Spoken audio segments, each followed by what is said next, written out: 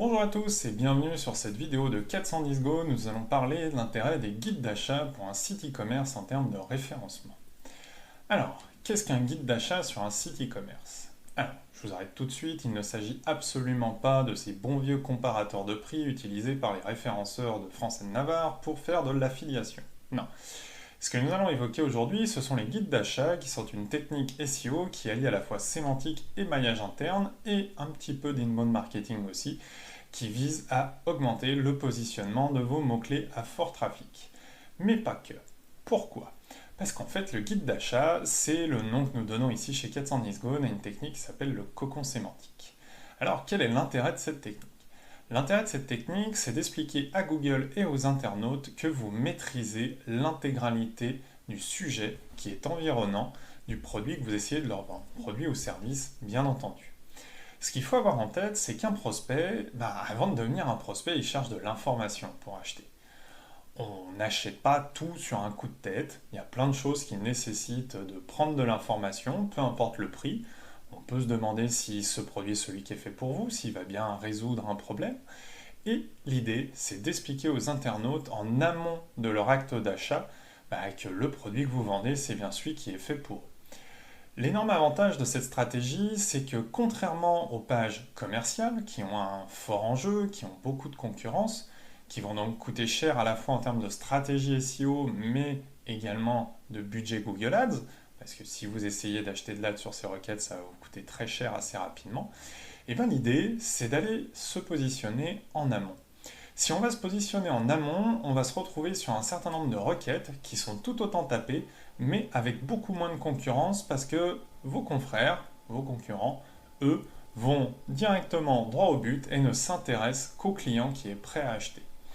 En vous positionnant en amont, vous allez vous positionner, comme je le disais en début de vidéo, comme l'interlocuteur, comme le partenaire légitime, comme la référence pour Google et pour l'internaute en termes de produits et de services sur la problématique que vous allez résoudre.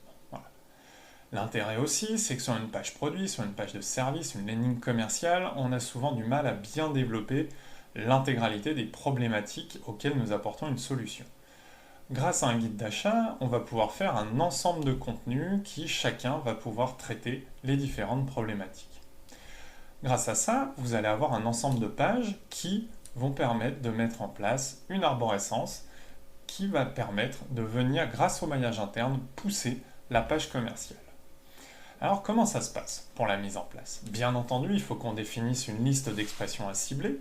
Ceci implique forcément de connaître comment est tapée la requête commerciale, parce que peut-être qu'on va essayer d'élargir un petit peu la sémantique là-dessus. Mais ça implique surtout de connaître quelles sont les problématiques et quelles sont les solutions que votre produit apporte. Et surtout, grâce à ça, on va vraiment pouvoir lister les différentes étapes de l'entonnoir de conversion de vos utilisateurs. Dès le départ, la prise d'information, comment solutionner tel problème.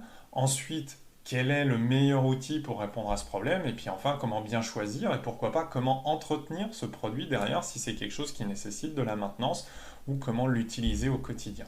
Grâce à ça, vous allez vraiment être vu comme la référence. Maintenant, ce qu'il faut avoir en tête, c'est qu'en termes d'arborescence, on a très souvent deux types d'arborescence sur un site internet. On va avoir évidemment l'arborescence marketing, donc qui est celle que vous êtes habitué à voir, avec des menus, des méga menus, des footers, etc. Mais cette arborescence, d'un point de vue SEO, elle peut assez rapidement desservir votre stratégie. C'est pour ça, chez 410 Go, on est connu pour avoir partagé d'ailleurs gratuitement des scripts qui sont basés sur une technique qui s'appelle de l'obfuscation. Alors cette technique, sans rentrer dans les détails, à quoi elle sert? Elle sert à conserver l'interaction utilisateur pour des menus d'arborescence marketing, tout en ne conservant en termes d'arborescence sémantique SEO que les liens qui nous intéressent, donc vraiment les liens qui vont être entre ces différentes pages de notre guide d'achat vers la requête commerciale. Voilà pour simplifier le plus possible. Ce qui va être intéressant du coup, c'est qu'on va pouvoir mettre en place grâce à ça notre arborescence réellement sémantique et du coup, dans ces pages-là, pouvoir capturer petit à petit de l'intérêt qui va emmener derrière vers une conversion plus intéressante. Alors comment ça se passe sur justement la conversion autour du guide d'achat? Si vous creusez un petit peu le sujet, vous allez rapidement vous rendre compte qu'il y a beaucoup de frustration. En mode mince, mais j'ai fait plein de pages, et puis il y a plein de gens qui viennent, mais ça ne convertit pas. Ok, on connaît ce cas-là. c'est simplement que la démarche n'a pas été respectée jusqu'au bout. Ce qu'il faut avoir en tête avec un guide d'achat, et on va en reparler au moment de la mesure de l'efficacité, c'est qu'on n'est pas sur une page qui convertit directement. On va évidemment, si on est en train de se poser des questions sur par exemple la construction d'une piscine, on ne va pas dans la même minute se dire tiens, comment ça se passe pour construire une piscine et signer un devis auprès d'un artisan. Non, on commence d'abord par se renseigner, on étudie la faisabilité, on discute des goûts, des couleurs, de tels matériaux et après on va commencer à faire des devis. Voilà. Un guide d'achat, ça doit respecter ce processus. Sauf que l'avantage, c'est que vu que vous couvrez toutes les intentions de l'utilisateur, toutes les questions qu'il se pose et que vu que vous êtes vu comme la référence, vous allez avoir en permanence un pipe de visiteurs qui, lui, va venir pour chercher de l'information, auprès desquels vous commencez à apporter une notoriété, une identité de marque, une référence dans le secteur. Et grâce à ça, mécaniquement, SEO, ça va pousser vos pages commerciales. Ce qui fait qu'au même moment, d'autres internautes, peut-être des qui ne sont même pas passés par votre guide d'achat en amont, vont chercher avec des requêtes, avec une intention commerciale bien plus prononcée, bien plus aboutie, vos pages commerciales et vont tomber dessus et vont pouvoir générer des leads. Voilà. Donc il faut vraiment avoir conscience que toute cette démarche, elle se passe vraiment en deux temps et avec deux populations de visiteurs potentiellement différentes. Bien entendu, on va essayer de convertir ceux qui cherchent de l'information en prospects par la suite. Mais c'est absolument pas dans l'immédiat, en mode tous les gens qui viennent, ils doivent acheter, etc. Si vous partez de ce principe, vous allez être frustré et vous allez rater votre stratégie. Je vous le garantis. Ensuite, ce qu'on va essayer de faire, c'est d'aller essayer de négocier des petites choses à la marge. Voilà. Pourquoi ? Un visiteur qui vient, qui cherche de l'information, clairement, on ne lui vendra rien dans la minute. Si on essaye de faire ça, échec garanti, je viens de le dire. En revanche, on peut lui proposer de s'inscrire à une newsletter, avec ou sans incentive, pourquoi pas. On peut également, dans le respect de la RGPD, déposer un petit pixel sur son site et faire du retargeting derrière. Que ce soit du retargeting sur Ads, sur Facebook, sur Instagram ou toute autre régie publicitaire qui vous conviendra. Ça vous permettra de vous rappeler à son bon souvenir au fur et à mesure de la maturation de son besoin et de son envie d'acheter pour qu'il revienne chez vous et qu'il se dise « Ah oui, c'est vrai, il m'avait bien expliqué, je vais donc pouvoir acheter sur leur site internet. » Voilà. Du coup, en termes d'efficacité, qu'est-ce qu'on va mesurer ? Alors, on va forcément mesurer le positionnement de la requête commerciale, parce que si on met tout ça en place, c'est quand même pour acheter. Est-ce qu'on a plus de ventes ? Toujours en gardant en tête que c'est dans la durée. Et puis également, dans quelle mesure est-ce qu'on a plus de trafic et de mots-clés positionnés sur ces différents mots-clés ? L'intérêt de tout ça, c'est de voir l'évolution. Un guide d'achat va commencer à porter ses fruits potentiellement en 3 à 4 mois, surtout s'il est appuyé avec une petite stratégie de netlinking annexe. On y reviendra si vous le souhaitez. Ensuite, on va rapidement se demander combien ça coûte.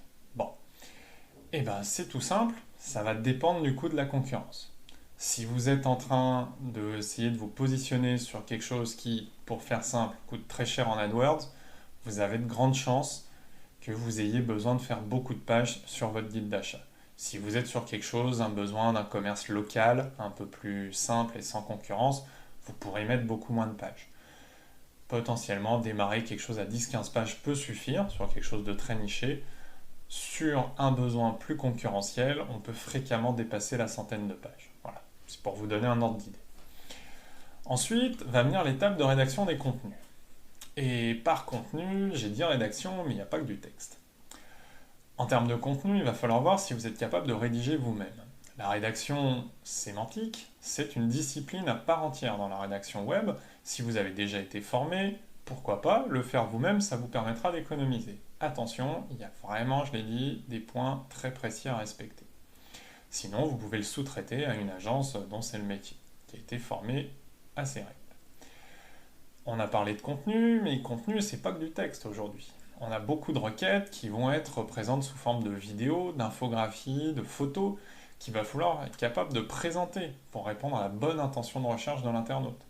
Typiquement, je vous parlais tout à l'heure des différentes évolutions de l'information autour d'un sujet. On a parlé de qu'est-ce qui résout mon problème, et puis rappelez-vous, à la fin, je vous ai dit la maintenance, comment ça se passe ou l'utilisation au quotidien. Imaginez que vous vendez un outil, prenons un exemple, une perceuse, vous allez expliquer peut-être comment faire ceci ou cela avec une perceuse, mais on se doute assez rapidement que ce n'est pas le texte qui va bien faire. ça va être de faire un tuto vidéo, parce que c'est ça que les gens vont chercher et c'est ça que Google va mettre en avant. Donc du coup, pour que votre cocon sémantique ou votre guide d'achat, libre à vous de choisir le terme qui vous convient le mieux, fonctionne, il va aussi falloir aller l'enrichir de différents types de médias. Et bien pour ça, du coup, je le disais, des infographies, des vidéos, et c'est bien entendu des contenus qui peuvent coûter beaucoup plus cher que de simples textes si vous les faites avec amour. Pour terminer, une fois qu'on a une stratégie et des contenus, il faut les mettre en place et il y a forcément une étape technique. Parce que bah oui, l'obfuscation, etc., ça se fait pas tout seul. Il va donc falloir mettre ceci en place. Alors bien entendu, vous pouvez faire appel à nous, ou si vous avez un développeur en interne, on a donné à peu près tout en open source sur notre site internet, donc faites-vous plaisir, mettez-le en place et surtout, n'hésitez pas à nous faire vos retours avec des résultats. Voilà.